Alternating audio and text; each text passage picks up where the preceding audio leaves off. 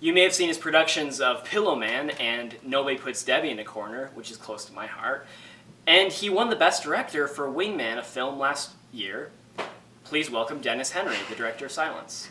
Dennis, in the past, you've had some really dark subject material in the things that you've directed here. I mean, you got someone's house burning down and killing their whole family, and then you got Pillowman, which is a look at violence in society through the realm of ultra-violence.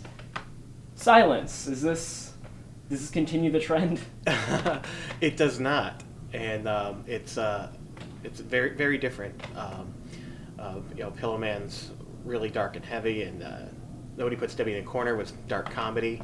This, some people might call it dark comedy, but it's much more than that. It does explore topics as deep as genocide and rape, but somehow it really isn't as dark as some of the pieces. It's more of an adventure story, and it's part of the world of 1002 AD. These things were historical events that came up. So it doesn't dwell on that. It's not really introspective. It's really very funny and has a lot of adventure to it. Now, I'm just assuming that this is UNL's premiere of this, the UNL premiere. But have you ever seen this show put on anywhere else? I have not. It doesn't get very many productions. It's even it was a little hard for us to get a hold of the script, in fact. It was debuted in England and had a short West End run in 2001 abouts, and then it's had about one production at a small theater, professional theater in almost every major U.S. city, but they've been small runs. None of the major regional theaters have taken it on. It did have a short off-Broadway, or maybe off-Broadway run, but yeah, it's not one that gets done a whole lot. So you're probably not going to copy what any of those people did? No. Based on what you've seen? Yeah, because I haven't seen it. You can find a few photos online, but yeah, our design team was pretty much starting from the text and our own imagination for this one. So that means we get to see a dragon slaying in this? Oh, if only.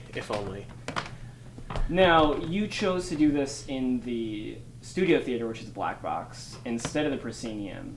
Or did you have to choose between you and Josh, who got it? No, I had the option of doing either one, and I was like, if I can do the studio, let's do the studio, because even though it's an adventure story, it's also very personal, and I wanted the audience to be in really close. There's a lot of times when each of the characters at one time or another directly addresses the audience with some narration, and we're really embracing that. So having the audience real close, I thought was very important for this story. Now, a few weeks ago, we talked to some of the actors and actresses who were in this, and I'm sure they said great things about you. Do you like directing? I mean, it's what you're doing, right? So yeah, absolutely. I mean, you definitely weren't forced into it by anyone? No, came here of my own volition. I'm at UNL for the very purpose of studying directing and getting better as a director, and I've been very lucky. The cast is fabulous. I've been lucky while I've been working here that I've worked on so many projects as part of my classwork and others that I had worked with everyone in the department, all of the actors in the department at one time or another, except of course the people who just arrived this semester.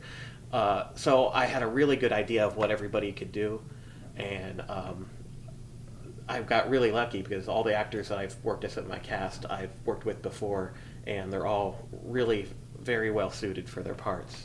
Now, you got the award last year for Wingman for Best Director for film, and now there's really nothing higher that you can possibly get, is there, in the world? No, the Nebby Award is the peak. I probably should retire. Yeah.